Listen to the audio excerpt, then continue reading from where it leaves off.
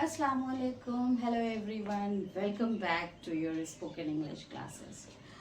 तो अभी तक मैं उम्मीद करती हूँ कि आप जितने भी वीडियोस मैंने अपलोड किए हैं वो सब आप जो है गो थ्रू कर चुके हैं और अपना होमवर्क आप कर चुके हैं।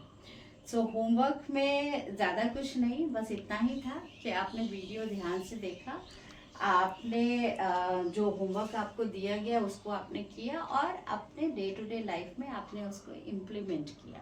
इम्प्लीमेंट का मतलब आप छोटे छोटे सेंटेंसेस बना के बोलने लगे हैं।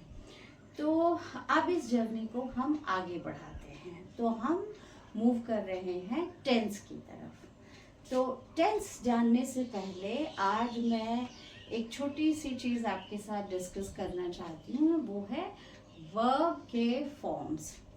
ये चूंकि टेंस की जर्नी काफ़ी ज़्यादा एक लंबी जर्नी होगी और इसमें बहुत सारी चीज़ें हैं और इसकी शुरुआत ही होती है वर्ब से। तो इसीलिए आपको याद होगा जब मैंने शुरुआती वीडियो डाला था तो मैंने सब्जेक्ट वर्ब एग्रीमेंट डाला था। तो क्योंकि मैं चाहती थी कि आपको वर्ब का एक जो है ना एक क्या है वर्ब वो समझ में आने लगे। तो इसी जर्नी को हम आगे बढ़ाते हैं और हम समझने की कोशिश करते हैं कि वर्ब के फॉर्म्स क्या हैं। तो यहाँ पे थोड़ा सा आपको याद करने वाली चीज़ें होंगी। तो मैं वर्ब का लिस्ट आपको दे दूंगी, वैसे वर्ब्स के लिस्ट दूंगी जो हमारे डे टू डे लाइफ में या हमारे पर्सनल और प्रोफेशनल लाइफ में बहुत ज़्यादा यूज़ किए जाते हैं। तो थोड़ा सा अब यहाँ से ना मेमोराइजेशन वाली जर्नी शुरू होगी। तो होपफुली आपको इसकी आदत हो चुकी है, आप मतलब बहुत सारी चीज़ें ऑलरेडी आपने मेमोराइज करना शुरू कर दिया है, तो ये इतना डिफ़िकल्ट नहीं होगा। चलें इस जर्नी को, इस स्पोकन क्लास को और भी आसान बनाते हैं और भी अपने कम्युनिकेशन को, अपनी इंग्लिश को और भी बेहतरीन बनाते हैं। सो हम यहाँ पे समझने की कोशिश करेंगे वर्ब। सो वर्ब के आपने 3 फॉर्म्स के बारे में मोस्ट प्रोबेबली आपने सुना होगा, V1, V2, V3। सो ये होता है वर्ब का प्रेजेंट फॉर्म और ये है वर्ब का पास्ट फॉर्म और ये भी वर्ब का होता है पास्ट फॉर्म। अभी मैं बहुत ज़्यादा इसमें नहीं जा रही हूँ, मेरी कोशिश ये है कि आप बहुत आसानी से इसको समझ लें और सीख लें। उसके अलावा वर्ब का एक फॉर्म और है V4, जो अगेन होता है वर्ब का प्रेजेंट फॉर्म। और उसके अलावा एक फॉर्म आप और समझ लीजिए जो है V5, और ये जो है कुछ अलग से नहीं है, बल्कि आप देखेंगे कि ये जो V1 है इसी में जब S और ES यानी या तो S लगा होगा वर्ब में या ES लगा होगा, तो ये कहलाता है वर्ब का 5th फॉर्म। तो ये भी समझ लें, ये भी प्रेजेंट का ही हिस्सा है। अब हम एग्जाम्पल के जरिए इसको समझते हैं। एक एग्जाम्पल हम लेते हैं, ये वर्ब है डू,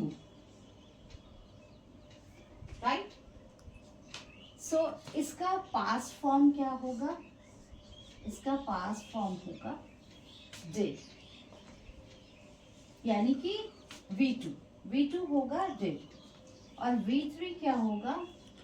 डन होगा। उसी तरह से इसका V4 क्या होगा? डूइंग होगा, यानी कि जहां पर भी V4 होगा तो आप देखेंगे उसमें वर्ब में ing लगा होगा।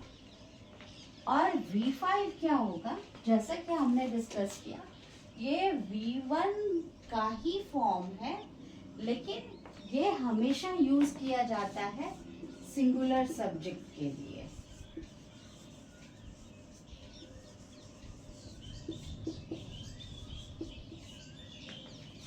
तो ये होगा, जैसे डू है तो ये हो जाएगा डज।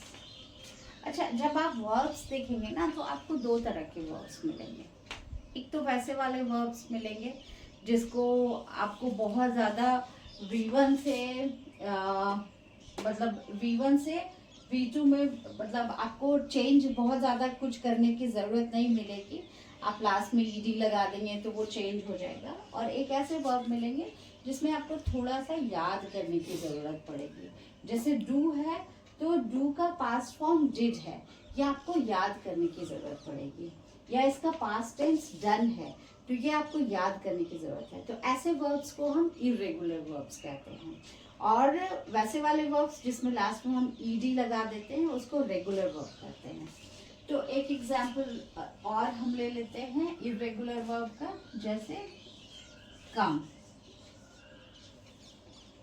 कम का क्या है कि जब इसका पास्ट फॉर्म जाएंगे तो ये होगा केम।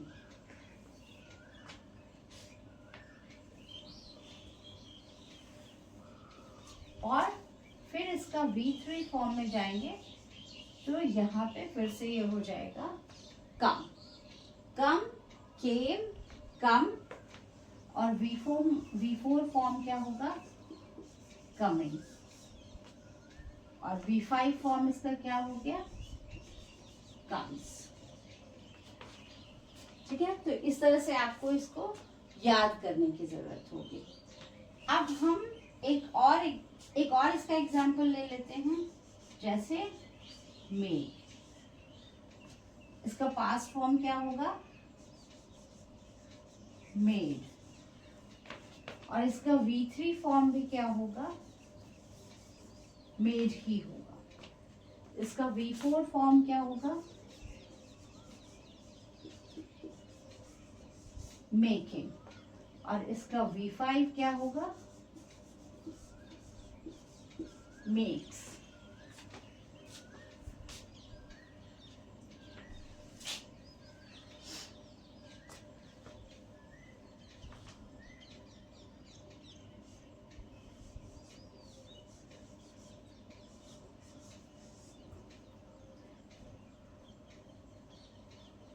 अब हम एक और एग्जाम्पल लेते हैं, अचीव। सो अचीव को जब हमको V2 करना है तो ये क्या हो जाएगा, अचीव्ड। और इसका V3 भी होगा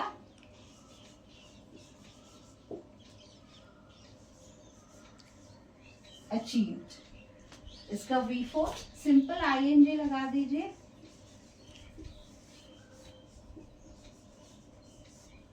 और V5 में हमेशा S या ES होगा, अचीव्स। तो देखिए, इस तरह के वर्ब्स को आपको दिमाग में याद रखना, मतलब शुरुआत में आपको थोड़ा एफर्ट लगाना पड़ेगा, लेकिन फिर बाद में जब आप एक बार प्रैक्टिस में आ जाएंगे तो आपको याद रखना बड़ा आसान होगा। जैसे अचीव है तो इसके V2 फॉर्म में ed हमने लगा दिया तो ये अचीव्ड हो गया। और फिर V3 फॉर्म में भी ed लगा, सेम अचीव्ड हो गया। और V4 में तो हमेशा आपको ING लगा होगा, मतलब ING लगा हुआ है तो आप समझ लीजिए वो सेंटेंस जो है वो प्रेजेंट टेंस में है, और वो सेंटेंस जो है वो वर्ब जो है वो V4 है। और V5 हमेशा आपको S या ES ही लगा होगा। तो इस तरह से हमें समझना है।